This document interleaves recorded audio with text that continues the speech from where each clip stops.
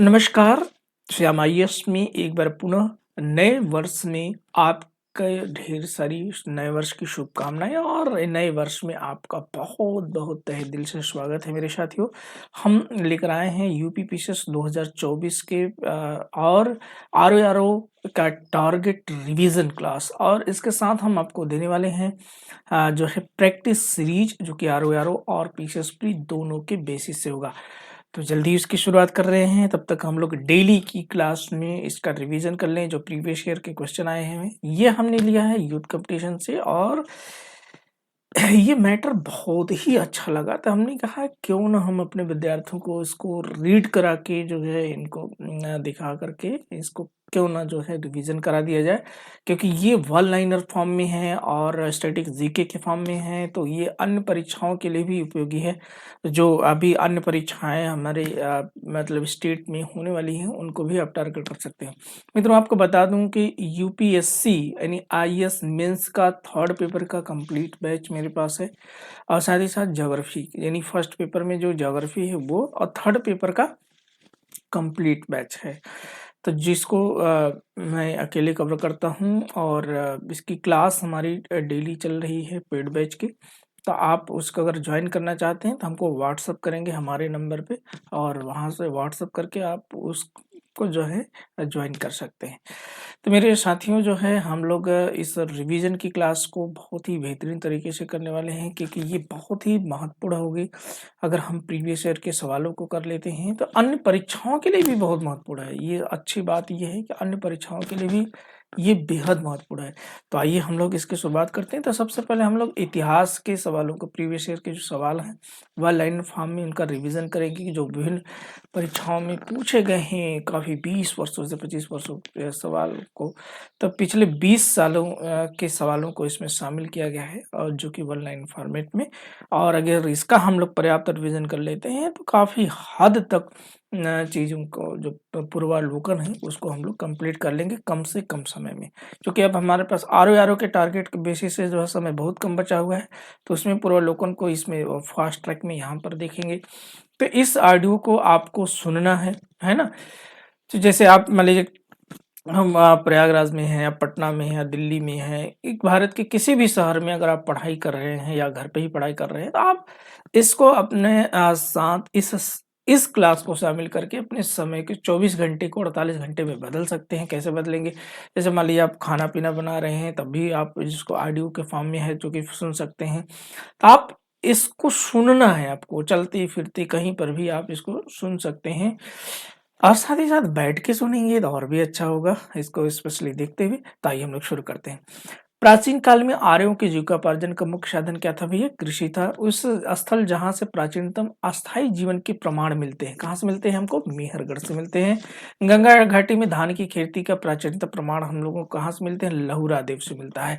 मध्य पाषाणिक स्थल से पशुपालन के साक्ष्य कहाँ से उपलब्ध हुए हैं? बागौर से। मध्य पाषाण काल में पशुपालन के प्रमाण मिलते हैं कहाँ से? लेखनिया से। ठीक है, मध्य पाषाणिक प्रसंग में पशुपालन के प्रमाण जहां मिले हैं वह स्थान कहां पर है? आदमगढ़ है। उत्खनन प्रमाणों के अनुसार पालन प्रारंभ हुआ था कहां से? मध्य पाषाण काल से। तो ये अभी हमने जैसे मध्य पाषाण काल में हम लोगों ने देखा कहाँ से मिला है? लेखनिया से। ठीक है, और आदमगढ़ से हम लोगों को मिलता है। तो मध्य पाषाण काल से ही पशुपालन की शुरुआत मानी जाती है। अब जो ऐतिहासिक साक्ष्य मिल रहे हैं इन साक्ष्यों के आधार पर मृत्यात्रहित नव पाषाणिक स्तर प्रकाश में आया है गुफ कराल से। कहां से? गुफ कराल से। खाद्यान्नों की कृषि सर्वप्रथम कहां से प्रारंभ हुई थी? नव पाषाण काल से ही खेती कृषि की शुरुआत हम लोग मानते हैं। अग्नि की खोज हालांकि इसके पहले भी माने जाते हैं, नव पाषाण काल से माना जाता था, इससे पहले भी हालांकि हो चुकी है। नवपाषाण कालीन गर्त निवासों के अवशेष मिले थे कहां थे? बरजहाम और गुप कराल से। राग का टीला नवपाषाणिक स्तर से संबंधित कहाँ से है? संगनकल्लू। हम लोग जो है जो हड़प्पा सभ्यता है वहां पर हम लोग राग का टीला को मोहनजोदड़ो को बोलते हैं, वहां से हम लोग को साक्ष्य मिलता है। लेकिन ये उससे प्राचीन संस्कृति की बात हम लोग चल रही है। भारतीय महाद्वीप में धान की खेती के प्राचीनतम साक्ष्य प्राप्त कहाँ से होते हैं? विंध्य क्षेत्र से। ठीक है, और हमको सिंधु घाटी सभ्यता में भी मिलते हैं कहाँ से? रंगपुर और लोथल से। मानव द्वारा सर्वप्रथम प्रयुक्त अनाज कौन सा था? तो ये माना जाता है कि मानव द्वारा प्रयुक्त सर्वप्रथम जो अनाज था वो कौन सा था भाई मेरे? जौ की खेती हुआ करती थी। किसकी खेती हुआ करती थी? जौ।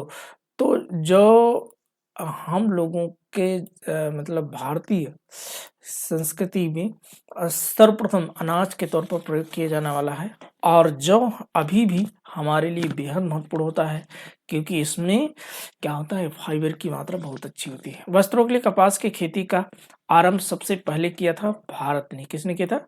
भारत ने। सिंधु घाटी सभ्यता में भी इसके हम लोगों को जबरदस्त साक्ष्य मिलते हैं।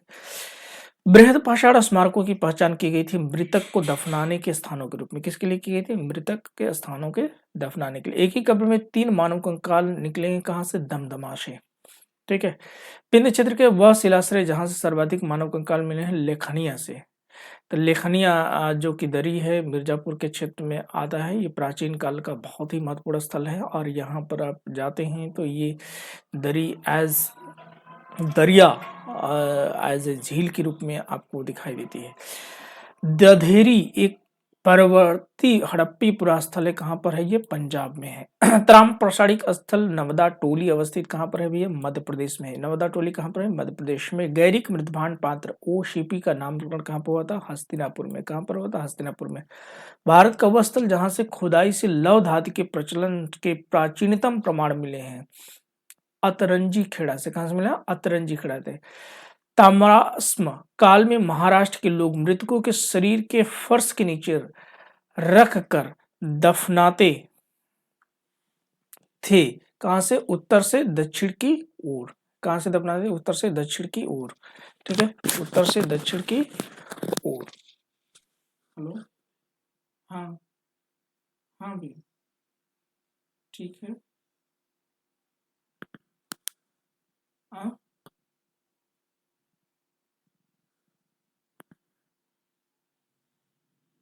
आ जाओ अभी हम। ठीक है, अभी फोन करते क्लास में भी।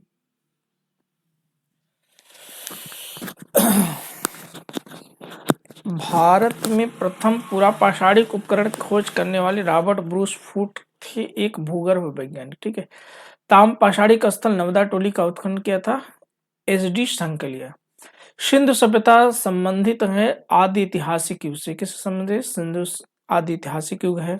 ठीक है, जिसके आदि ऐतिहासिक युग उस युग को कहते हैं जिस संस्कृति को हम लोग जिस के भाषा को अभी तक पढ़ा नहीं जा सका है ना। तो वहाँ हम लोग केवल प्राकृतिक साक्ष्यों जो भी पुरातात्विक साक्ष्य उन साक्ष्यों के आधार पर उस इतिहास को अगर लेखन करते हैं तो इसे आदि इतिहास कहते हैं। हड़प्पा संस्कृति की उत्तरी सीमा का निर्धारण करता है मांडा करता है। सिंधु घाटी सभ्यता का वह स्थान जो पाकिस्तान में है हड़प्पा में है। सिंधु घाटी सभ्यता की विकसित अवस्था में वह स्थल जहाँ घरों में कुओं के अवशेष मिले हैं मोहनजोदड़ो। सैंधव सभ्यता के महान स्नानागार प्राप्त हुए हैं मोहनजोदड़ो से। सिंधु घाटी सभ्यता की विकसित अवस्था में वह स्थल जहां से घरों में कुओं के अवशेष मिले हैं मोहनजोदड़ो से। सिंधु घाटी सभ्यता का पत्तन नगर क्या था? लोथल था। मृण मट्टिका पर उत्कृष्ट सिंह युक्त देवता की कृति प्राप्त हुई है। कहां से? लोथल से प्राप्त हुई है। हाथी दांत का पैमाना हड़प्पी संदर्भ में मिला है। कहां से मिला है? लोथल से मिला है। हड़प्पा का उत्खनन करने वाला प्रथम पुरातत्वविद जो उसके महत्व को समझ पाया था सर जॉन मार्शल थे। कौन थे भाई? सर जॉन मार्शल थे जिन्होंने इसके महत्व को समझ पाया था। ठीक है, सर जॉन मार्शल थे। ये कौन थे भैया? सर जॉन मार्शल थे। सिंधु घाटी सभ्यता पर प्रकाश डालता है पुरातत्व संबंधी खुदाई। ठीक है, तो सिंधु घाटी सभ्यता का जो हम लोगों को जो साक्ष्य मिलते हैं जो इसका पूरा इतिहास हम लोग खड़ा करते हैं और किसके आधार पर खड़ा करते हैं? पुरातात्विक साक्ष्यों के आधार पर। सिंधु घाटी सभ्यता संबंधित केंद्र उत्तर प्रदेश में स्थित कौन सा है? आलमगीरपुर एवं हुलास। कौन सा केंद्र है मेरे भाई? आलमगीर और हुलास। ठीक है, आलमगीर और हुलास। हड़प्पा सभ्यता का स्थल लोथल कहाँ पर स्थित है? जो कि एक प्रमुख बंदरगाह हुआ करता था लोथल गुजरात में स्थित है। ठीक है, कहाँ पर स्थित है मेरे भाई? गुजरात में स्थित है। तो ये लोथल संस्कृति हम लोगों को कहाँ मिलती है? गुजरात से मिलती है। ठीक है, तो गुजरात जो कि लोथल लेके उस समय प्राचीन काल का एक प्रमुख बंदरगाह था। क्या था मेरे भाई? एक प्रमुख बंदरगाह था और इस बंदरगाह से ये साक्ष्य मिलते हैं कि हम लोग मिस्र की सभ्यता के लिए, ठीक है, और यहाँ से जो आपका इराक में स्थित सभ्यता थी, ठीक है? वहाँ मोहनजोदड़ो की सभ्यता, इन सब सॉरी मोहनजोदड़ो तो अपने ही सिंधु घाटी सभ्यता में है। इन सभ्यताओं के लिए जो व्यापार होती थी भारत से, ठीक है ना? इसी लोथल के बंदरगाह से होते थे। कहाँ से होते थे? लोथल बंदरगाह से। हड़प्पन संस्कृति के संदर्भ में शैलकृत स्थापत्य के प्रमाण मिले। कहाँ से मिले हैं? धौलावीरा से। एक जुते हुए खेत की खोज की गई थी कालीबंगा से। कहाँ से की गई थी? कालीबंगा से। भारत का सबसे बड़ा हड़प्पन पुरा स्थल इस समय प्रेजेंट टाइम में कौन सा है? राखीगढ़ी है, ठीक है। राखीगढ़ी जो कि हरियाणा में है, लगातार इसका जो है उत्खनन कार्य जारी है और उत्खनन करने की स्थिति ये है कि इसका एरिया इस समय प्रेजेंट टाइम में वर्तमान में सबसे बड़ा हो गया है, ठीक है। पहले हम लोगों को मोहनजोदड़ो जो है सबसे बड़ा पुरातात्विक स्थल माना जाता था, क्योंकि अब हड़प्पा मोहनजोदड़ो ये पूर्व जो है दोनों पाकिस्तान में जा चुके हैं, ठीक है। दोनों पाकिस्तान के क्षेत्र में मौजूद हैं और लेकिन भारत में जो है सबसे बड़ा कौन सा है? राखीगढ़ी है, ठीक है। अधिसंख्य हड़प्पा स्थल स्थित है कहाँ पर? सिंधु घाटी में, ठीक है। कहाँ पर स्थित है? सिंधु घाटी में, ठीक, सिंधु घाटी में। मूर्ति पूजा का आरंभ माना जाता है पूर्व आर्य से, ठीक है। मूर्ति पूजा का पूर्व हाँ जो है कहाँ माना जाता है? पूर्व आर्य से, ठीक है, पूर्व आर्य से। हड़प्पा संस्कृति की जानकारी का प्रमुख स्रोत हम लोग का क्या है? पुरातात्विक खुदाई है। बिना इसके हम लोग कुछ कर नहीं पाते हैं, ठीक है। अश्वेता और ऋग्वेद की समानता है ईरान में। ये कहाँ से है? ईरान में है, ठीक है। अब हम लोग आ जाते हैं ऋग्वैदिक काल में। पवित्र गायत्री मंत्र जिसे ग्रंथ में अंतर्विष्ट है वह कौन सा ग्रंथ है? ऋग्वेद। गायत्री मंत्र के नाम से प्रसिद्ध मंत्र सर्वप्रथम किस ग्रंथ से मिलता है? ऋग्वेद से मिलता है। ऋग्वेद की मूल लिपि क्या थी? ब्राह्मी लिपि थी और ऋग्वेद पर आधारित संकलन है सामवेद। ऋग्वेदिक धर्म था क्या था? बहुदेववादी था ना, बहुत सारे देवताओं का साक्ष्य हमको मिलता है। इंद्र का तो सरस्वती का, अग्नि का, है ना, इन सारे देवताओं का हम लोग को साक्ष्य मिलता है। ऋग्वैदिक काल में जनता विश्वास करती थी बलि एवं कर्मकांड में। किस पे विश्वास करती थी? बलि और कर्मकांड में। गोत्र शब्द का प्रयोग सर्वप्रथम हुआ था ऋग्वेद में। किसमें हुआ था? ऋग्वेद में। ऋग्वेद में सर्वाधिक संख्या में मंत्र संबंधित हैं किससे? इंद्र से संबंधित है। सबसे प्राचीन वेद कौन सा है? ऋग्वेद है ना। सबसे प्राचीन वेद कौन सा है? ऋग्वेद। वह वैदिक ग्रंथ जिसमें वर्ण शब्द का सर्वप्रथम नामोल्लेख मिलता है ऋग्वेद में। किसमें मिलता है? ऋग्वेद में। ऋग्वेद में उल्लिखित यह शब्द किस कृषि उत्पाद हेतु प्रयुक्त किया गया है? जौ के लिए। किसके लिए? जौ के लिए। वह नदी जिसके किनारे ऋग्वेद में उल्लिखित प्रसिद्ध 10 राजाओं का युद्ध लड़ा गया था, परुशणी नदी के किनारे। किसके लिए नदी के किनारे लड़ा गया था? परुशणी नदी किनारे, जिसको हम लोग रावी नदी के नाम से जानते हैं पंजाब के क्षेत्र में। ऋग्वैदिक काल के प्रारंभ में महत्वपूर्ण मूल्यवान संपत्ति साझा समझा जाता था किसे? गाय को, पशुओं को, ठीक है। अब पशुओं में सबसे गाय को, जिसे वैदिक काल में क्या कहा जाता था? अगन्या कहा जाता था। क्या कहा जाता था? अगन्या कहा जाता था, जिसे विशिष्ट अतिथि के आने पर इसका जो है भोजन भी कराया जाता था। वह वैदिक साहित्य जिसमें मोक्ष की चर्चा मिलती है, किसमें मिलती है हम लोग को? वैदिक साहित्य में जो दर्शन का उल्लेख जिसमें मिलता है हम लोग को, उपनिषद में। किसमें? उपनिषद में। वैदिक देवताओं में उनका पुरोहित माना जाता था बृहस्पति, ठीक है। कौन सा? बृहस्पति। तो 30 वर्षों के प्रश्नों का कलेक्शन भैया 1993 से लेकर के अब तक के प्रश्नों का है ना। उत्तर वैदिक काल में आर्य संस्कृति का धूर समझा जाता था कुरु और पंचाल। क्या समझा जाता था? कुरु और पंचाल। वैदिक कर्मकांड में होता का संबंध किससे था? ऋग्वेद से। ऋग्वेद को होता कहा जाता था। आरंभिक वैदिक साहित्य में सर्वाधिक वर्णित नदी किस नदी का उल्लेख मिलता है? सिंधु नदी का। वह नदी जिसके ऋग्वेद में माते तमा, देवी तमा और नदी तमा संबोधित किया गया है, वो कौन सी नदी थी? सरस्वती नदी। तो सरस्वती नदी का सर्वाधिक उल्लेख हम लोग को मिलता है। शुक्ल यजुर्वेद की संहिता क्या है? वाजसनेयी, ठीक है, वाजसनेयी। शतपथ ब्राह्मण में उल्लेखित राजा विदेह माधव ऋषि किसी ऋषि संबंधित थे? ऋषि गौतम राहुगुड़ा से। जिस ग्रंथ में पुरुष मेध का उल्लेख हुआ है वह क्या? शतपथ ब्राह्मण। गोपथ ब्राह्मण संबंधित है अथर्ववेद से, ठीक है, अथर्ववेद से। आयुर्वेद अर्थात जीवन का विज्ञान का उल्लेख सर्वप्रथम मिलता है अथर्ववेद से। वह उपनिषद जिसमें पहली बार निराशावाद के तत्व दिखाई देते हैं मैत्रायणी में। भारतीय प्रतीक पद कुड़ सत्यमेव जयते लिखा गया है। किसमें लिखा गया भैया? मुंडकोपनिषद से। देखिए एक मंडको उपनिषद है, ठीक है, ध्यान रखा है, मुंडको उपनिषद में है ना। जिंद अवस्था ऋग्वेद में समानता है। जिंद अवस्था संबंधित किससे? ईरान से है। ये दोनों क्षेत्र कहाँ पे? ईरान में। प्राचीन भारत में मेसोपोटामिया सभ्यता का क्षेत्र है ना। मेसोपोटामिया जो सभ्यता थी ईरान में, दजला और फरात नदी के किनारे, ठीक है, टिग्रिस और यूफ्रेटस नदी का क्षेत्र है ये। प्राचीन भारत में निशाका से जाने जाते थे स्वर्ण आभूषण। प्राचीन भारत में निशाका कैसे कहा जाता था? स्वर्ण आभूषण को। 14वीं सदी के ईसा पूर्व का अभिलेख जिसमें वैदिक देवताओं का वर्णन प्राप्त हुआ है, बोगजस्कोई, एशिया माइनर का जो क्षेत्र है बोगजस्कोई, ये जो आपका ईरान का क्षेत्र है और पुर्तगाल का जो क्षेत्र है ना, ईरान और पुर्तगाल का मध्य का ये एशिया माइनर एक पठारी एरिया है ये। और यही जो है यूरोप और एशिया को जोड़ने का रास्ता माना जाता था, या पश्चिम एशिया को पूर्वी एशिया से जोड़ने का रास्ता माना जाता था। इसी पठारी एरिया से ईरान से होते हुए लोग पुर्तगाल होते हुए यूक्रेन का जो क्षेत्र है, ठीक है, इस क्षेत्र से होते हुए लोग यूरोप की ओर जाते थे, ठीक है, और वहां से एशिया माइनर को यूरोप और एशिया का व्यापार होता था, जो कि बहुत महंगा व्यापार माना जाता था।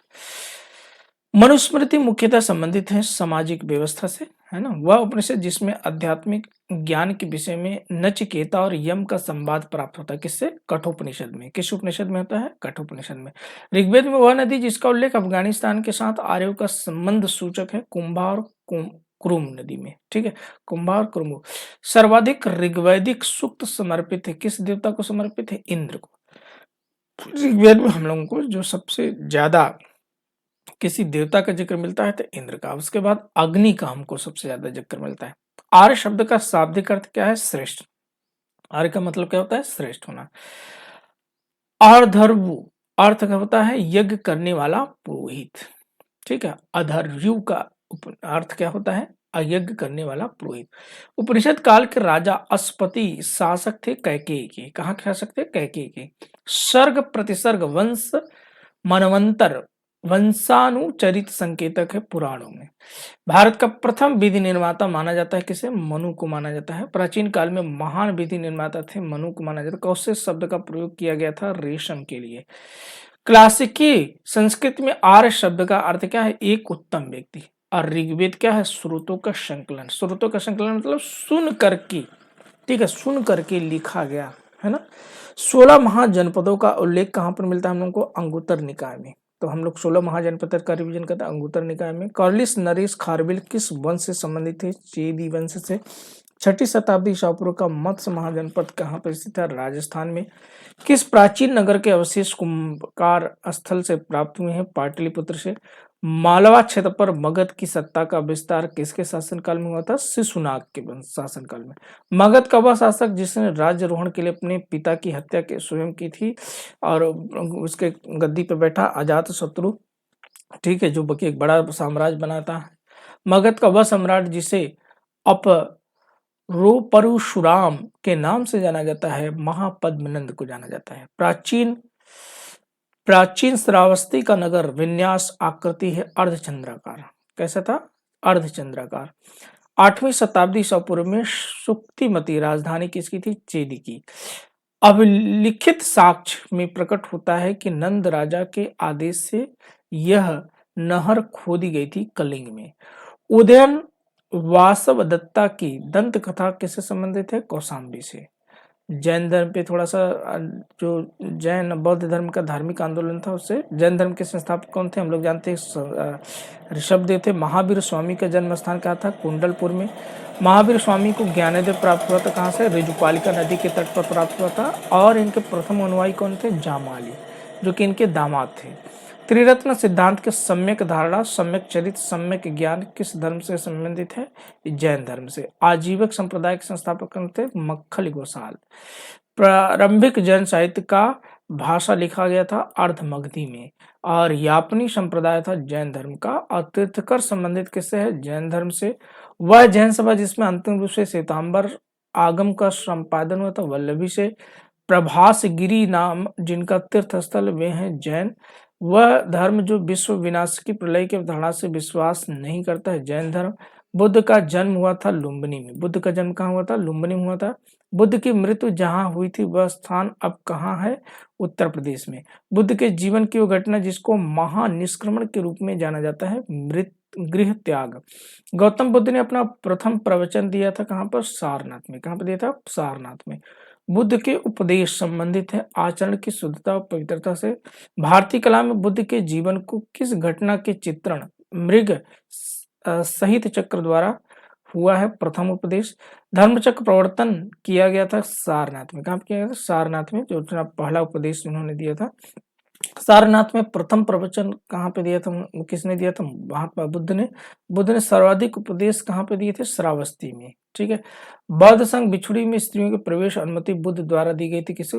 कहाँ पर दी गई थी? वैशाली में अपनी माता को, ठीक है ना, गौतमी को। बुद्ध के जीवन काल में संघ प्रमुख होना चाहता था। कौन चाहता था? देवदत्त। बुद्ध द्वारा रूपांतरित अंतिम व्यक्ति कौन था? सुबुद्ध था, जो कि कहाँ पर? कुशीनारा में, है ना। त्रिपिटक है बुद्ध के उपदेशों का संग्रह। बौद्ध धर्म में त्रिरत्न इंगित करता है बुद्ध, धम्म और संघ को। प्रथम बौद्ध संगीति का आयोजन कहाँ पर होता है? अजातशत्रु के शासन काल में, राजगिरी में। संसार अस्थिर और क्षणिक है वह कथन कौन था? ठीक है, बौद्ध। ठीक है, वह बौद्ध ग्रंथ जिसमें संघ जीवन के नियम प्राप्त थे। विनय पिटक में। विदेशी राजा जिसने समुद्रगुप्त के अनुरोध किया था कि वह भारत से बौद्ध विहार बनाने की अनुमति दी जाए, वह कौन था? मेघवर्मन। कहाँ का? श्रीलंका का। बोधगया में महात्मा बुद्ध ने 2 बंजारों के उपदेश देकर अपने उपासक बना लिया था। वो थे मल्लिक और तपस्सु। सप्तपर्णी गुफा स्थित कहाँ पर? राजगिरी बिहार में।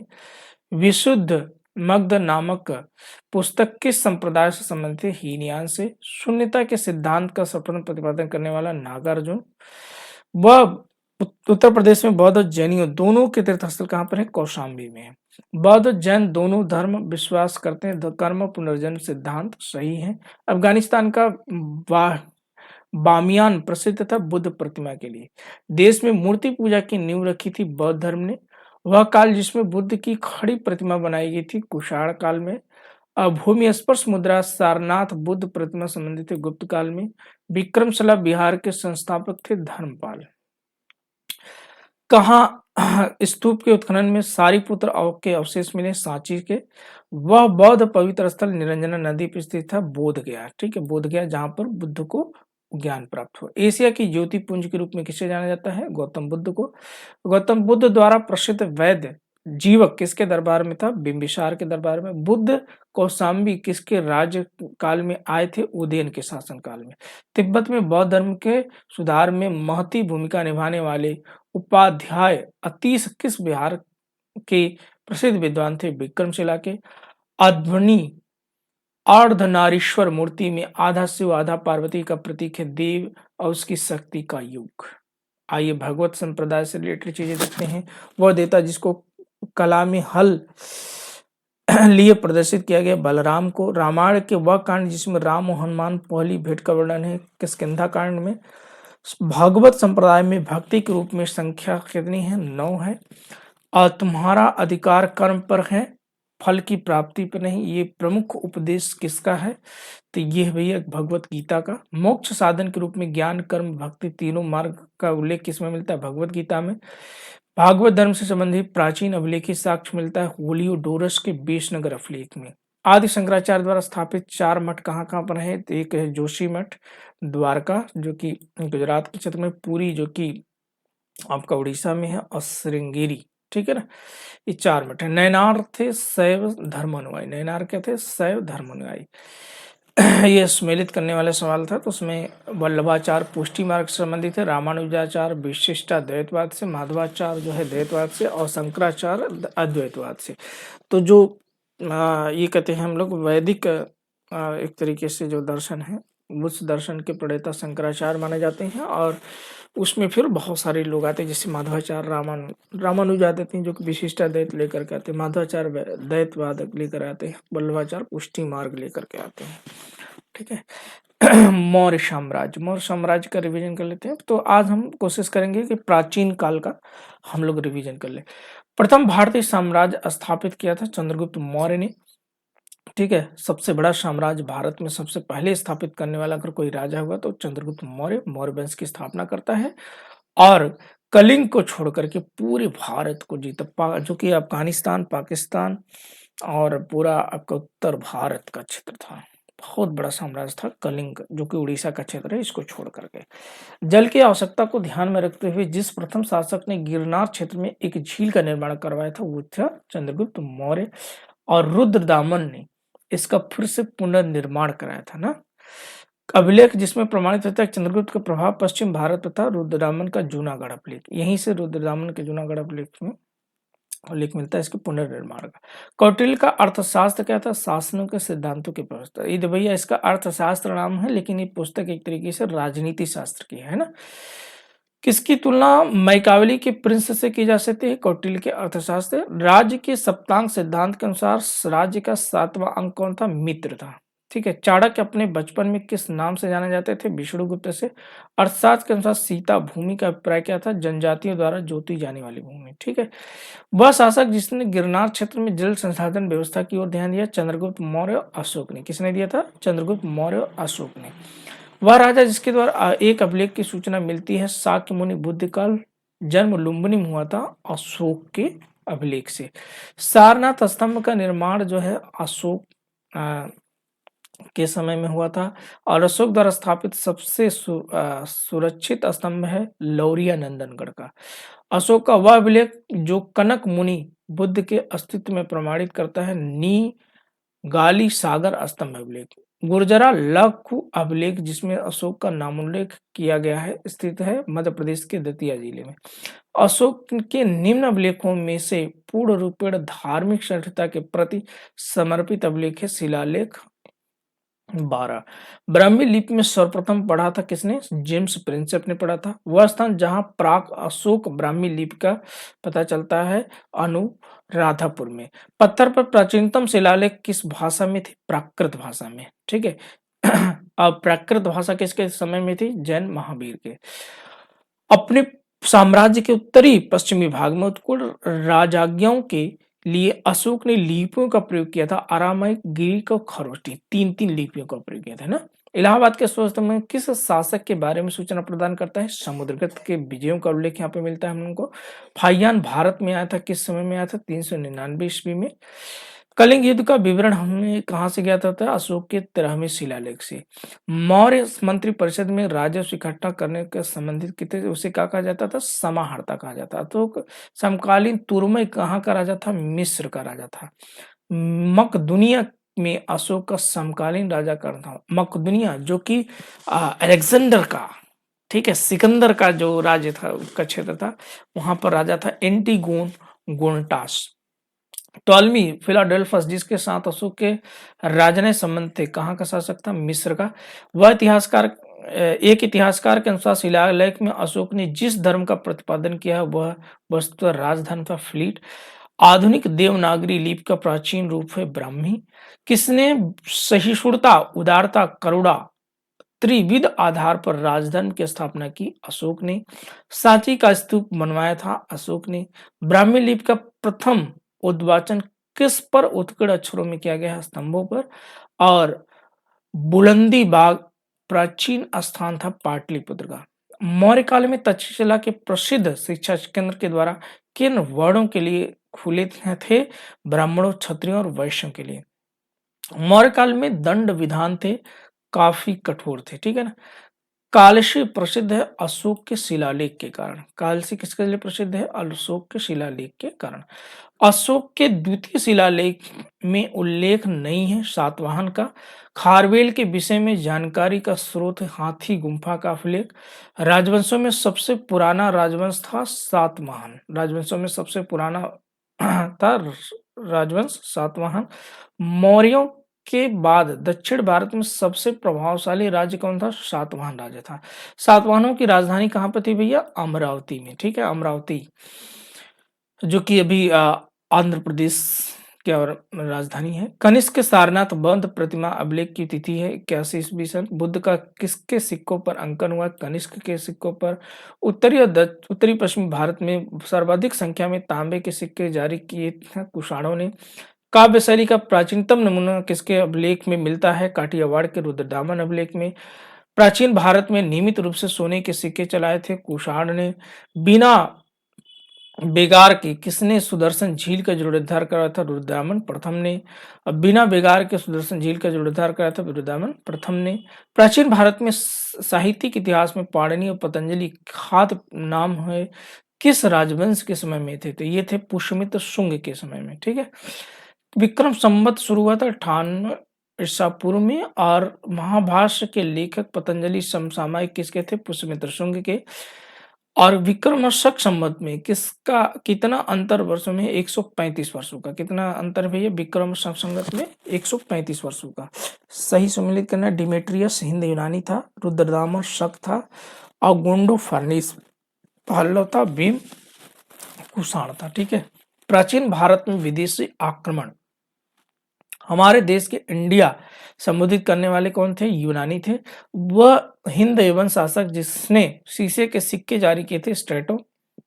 वह शासक जिसको सर्वप्रथम सोने के सिक्के जारी करने का श्रेय दिया जाता था विमकट फिशस। वह वीर भारतीय राजा का नाम जिसने सिकंदर के ने झेलम के तट पर पराजित किया था पूर्व पोरस। वह युद्ध भूमि बड़ी संख्या में सैनिकों के मारे जाने अथवा आहत हो जाने के बाद किस भारतीय गढ़ या राज्य की स्त्रियों को सिकंदर ने विरुद्ध शस्त्र धारण किया था? मस्सक। ठीक है। कहां पर? मस्सक। संगम युग चोर चोल पांड्य का वहां युग था और ये संगम ग्रंथ लोका पीएम किस विषय पर आधारित था? व्याकरण से। वह तमिल ग्रंथ जिसमें लघु वेद की संज्ञा दी गई कुराल को। शिलप्पाधिकारम लेखक था इलंगो और तृतीय संगम युग था मदुरई। दक्षिण भारत के इतिहास चोल चालुक्य पल्लव। नटराज की प्रसिद्ध कांस्य मूर्ति उत्कृष्ट उदाहरण है चोल काल की। वह राजवंश जो अपने शासनकाल में अपनी उत्तराधिकारी घोषित कर देते थे चोल शासक थे। वह दक्षिण भारतीय राज्य जो अपने नौसैनिक शक्ति हेतु प्रसिद्ध था चोल। चोल गंगम नामक बृहद कृत्रिम झील बनाने का श्रेय दिया जाता है राजेंद्र को। और चोलों का किस राज्य के क्षेत्र में फैला? तो कोरोमंडल तट दक्कन के कुछ भाग। ठीक है। तो कोरोमंडल तट है ना जो तमिलनाडु का तट है। चोल शासकों के शासन काल में वारियम उद्यान प्रशासन का कार्य देखता था टोड्डा वारियम। और चालुक्यों की राजधानी कहाँ थी? वातापी। कहाँ थी? वातापी। ठीक है। चोल राजाओं के स्नानागार भोजन का प्रबंध देखते थे स्त्रियां और पुरुष दोनों। चोल शासक का नाम बताइए जिसने श्रीलंका के उत्तरी भाग पर विजय किया थी? राजराज प्रथम ने। किसने की थी? राजराज प्रथम ने। चोल साम्राज्य को अंततः समाप्त किया था मलिक काफूर ने। किसने किया था? मलिक काफूर ने। वह चोल राजा कौन था जिसने श्रीलंका की पूर्ण स्वतंत्रता दी और सिंघल राजकुमार के साथ अपनी पुत्री का विवाह कर दिया? तो कुलोत्तुंग प्रथम ने। 72 व्यापारी चीन से किसके कार्यकाल में भेजे गए थे? कुलोत्तुंग प्रथम के। दक्षिणी भारत के प्रसिद्ध तल्लकों का युद्ध हुआ था चोल और राष्ट्रकूटों के मध्य। वह चीनी यात्री जिसने चालुक्यों के शासनकाल में चीन और भारत के संबंधों का विवरण दिया ह्वेनसांग ने। किस वंश द्वारा महिलाओं के प्रशासन में उच्च पद प्रदान किए? चालुक्यों के। और मत विलास प्रहसन लेखक थे महेंद्र वर्मन। तीसरी शताब्दी में वारंगल प्रसिद्ध था किसके लिए? लोहे के यंत्रों और उपकरणों के लिए। संस्कृत के कवि नाटककार कालिदास का उल्लेख का हुआ पुलकेशिन द्वितीय के एहोल अभिलेख में जो कि चंद्रगुप्त विक्रमादित्य के दरबारी थी है ना। एक चालुक्य अभिलेख की तिथि अंकन में शक संवत 556 दिया हुआ। इसका तुल्य वर्ष होगा 634 ईस्वी। प्रसिद्ध संस्कृत लेखक दंडिन किसकी सभा को अलंकृत करते थे? पल्लव के। पल्लव राजा की उपाधि राज सिंह थी नरसिंह वर्मन की।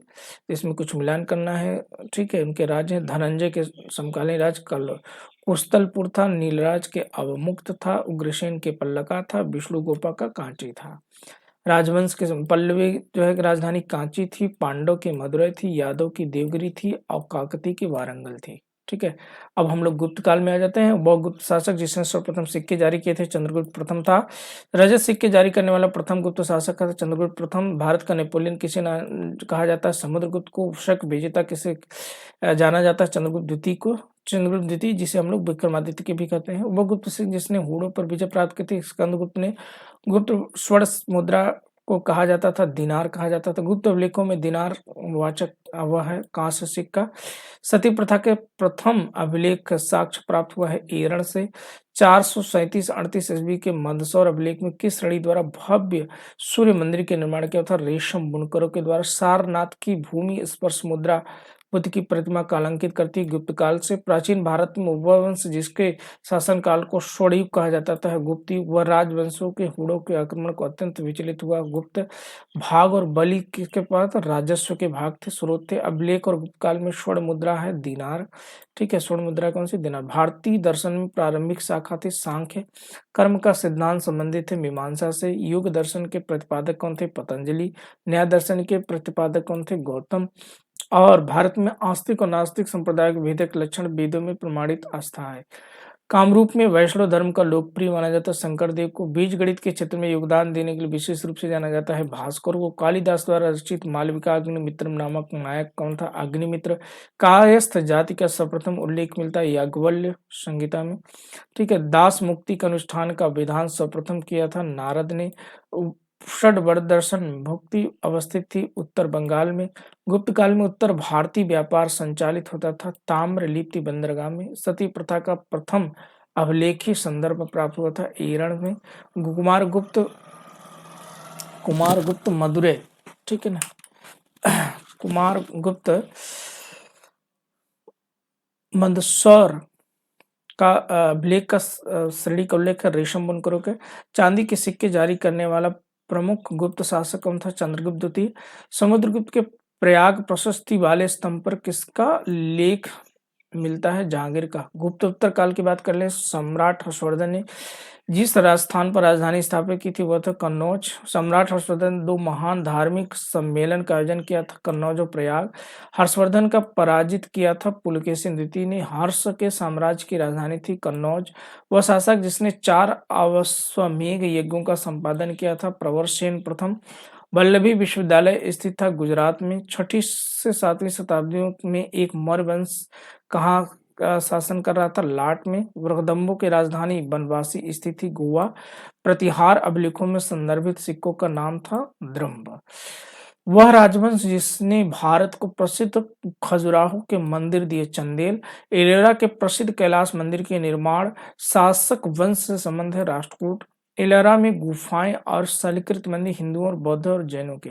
अजंता एलोरा गुफाएं हैं महाराष्ट्र में। मीनाक्षी मंदिर स्थित है मदुरई में। महाबलपुर शतपथ मंदिर बनाया गया था नरसिंह वर्मन के द्वारा में। ठीक है, महाबलपुर किसके? नरसिंह वर्मन ने। महाबलीपुरम रथ मंदिरों का निर्माण कराया गया पल्लवों के शासनकाल में। रथ मंदिर यहाँ पे किसके लिए बने? पल्लव के शासनकाल में। हीनयान अवस्था का विशालतम सर्वाधिक विकसित शैलकृत चैत्यगृह कहाँ पर है? कारले में। 100 से अधिक बौद्ध गुफाएं वह केंद्र कहाँ पर है? कन्हेरी में। वह शैलकृत गुफा जिसमें 11 सिरों में बोधिसत्व का अंकन मिलता है कन्हेरी में। सोमवीर पूर्व महाविहार का निर्माण कराया था धर्मपाल ने। गंधार कला शैली का एक संश्लेषण है भारतीय तथा यूनानी कला। सांची के महास्तूप के 4 तोड़ों में से किस एक का निर्माण सर्वप्रथम हुआ था? दक्षिणी में। सोनागिर जहां 108 जैन मंदिर बने हुए कहां पर है? ये दतिया में। कहां पर है? दतिया में। दिलवाड़ा जैन मंदिर स्थित है कहां पर? राजस्थान में। उड़ीसा के कोणार्क मंदिर का निर्माण करवाया था राजा नरसिंह देव प्रथम ने। द्रविड़ शैली के मंदिरों में गोपुरम का तात्पर्य है तोरण के ऊपर बने हुए अलंकृत बहुमंजिला भवन से है। भुवनेश्वरी और पुरी के मंदिर किस शैली में निर्मित है? नागपुर के। गुफा त्रिमूर्ति के लिए विख्यात है एलिफेंटा। चित्रगुप्त स्वामी मंदिर जिसे चित्रगुप्त का एकमात्र मंदिर माना जाता है कांची का। अब अंकोर वाट का विष्णु मंदिर स्थित कहाँ पर? कंबोडिया में। दक्षिण भारत के भगवान रंगनाथा जिसे भगवान वेंकटेश भी कहा जाता है का मंदिर स्थित है तिरुमल्ला पहाड़ी में। एलिफेंटा के प्रसिद्ध शैल को काट कर बनाए गए मंदिरों का श्रेय दिया जाता है पल्लवों को। चित्तौड़ की कीर्ति स्तंभ निर्मित हुआ था किसके शासनकाल में? राजा कुंभा के। शैलकृत स्थापत्य का आश्चर्य माना जाता है कैलाश मंदिर एलोरा का, और वह मंदिर जिसके परिसर में एक भारी भरकम नंदी की मूर्ति है, जिसे भारत विशालतम नंदी मूर्ति माना जाता है, बृहदेश्वर मंदिर को। चट्टानों के काटकर महाबलीपुरम मंदिर बनाया गया था पल्लवों के द्वारा। वह स्थान जहां राष्ट्रकूटों के एलोरा पहाड़ी में निर्मित गुफा मंदिर स्थित औरंगाबाद महाराष्ट्र में। गोविंद महल जो हिंदू वास्तुकला का अप्रतिम उदाहरण स्थित है दतिया में, दतिया मध्य प्रदेश में। खजुराहो मंदिर का निर्माण कराया था चंदेलों ने। कोणार्क मंदिर संबंधित है किससे? सूर्य से। ठीक है। द्रविड़ शैली में बना हुआ शिखर है ग्वालियर की तेली मंदिर। अब देखिए स्तूप किससे संबंधित है? स्तूप सांची में है, चित्रकारी बाघ की गुफा में, कनिष्क की सिरहुन मूर्ति मथुरा में है, और दशावतार मंदिर देवगढ़ में। अब प्राचीन काल के इतिहास का जो साहित्यकार हैं उनको थोड़ा सा देख लें। संस्कृत में अष्टाध्यायी पुस्तक किसकी लिखी थी? पाणिनि की। कालिदास की रचना है जिसमें भगवान कार्तिकेय का जन्म का वर्णन है कुमार संभव में। वह बंदरगाह जिसको पोडुका नामक दो द पेरिप्लस ऑफ द एर्थियन सी के लेखक को ज्ञात था। अरिकामेडु। तमिल रामायण रामावरम के लेखक कौन थे? कंबन। गुप्त काल में आयुर्वेद विज्ञान विषय की रचना की थी सुश्रुत ने। मुद्रा राक्षस के लेखक हैं विशाखा दत्त। 10 कुमार चरितम के रचनाकार थे Dandin. The roots of ancient India के लेखक थे W.A. Fair service. कल्हड़ की राज तरंगी को आगे बढ़ाया था जोनराज एवं श्रीवर ने। प्राचीन काल में महान विधि निर्माता थे मनु।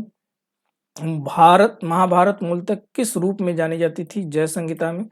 महान जैन विद्वान हेमचंद्र किसकी सभा को अलंकृत करते थे? कुमारपाल को। भोजशाला मंदिर की अधिष्ठात्री देवी है भगवती सरस्वती। मध्यकालीन भारत के यशस्वी विधिवेत्ता थे विज्ञानेश्वर। मध्यकालीन विद्वानों लेखों में जैन धर्म के अनुयायी थी हेमचंद्र सूरी। गीत गोविंद के रचयिता हैं जयदेव। काल्पनिक वैज्ञानिक उपकरणों की पुस्तक लिखी है भोज ने। ठीक है। वह भारतीय गणितज्ञ जिसने दशमलव स्थानिक मान की खोज की थी आर्यभट्ट ने। गौड़ महू के रचयिता थे वाक्य पति। विदेशियों को भारतीय समाज में मन द्वारा दिया गया सामाजिक स्तर था व्रात क्षत्रियों का। प्राचीन भारतीय विचारकों में किसने विधि व्यवस्था सर्वाधिक व्यवस्थित रूप से व्याख्या की है? मनु ने।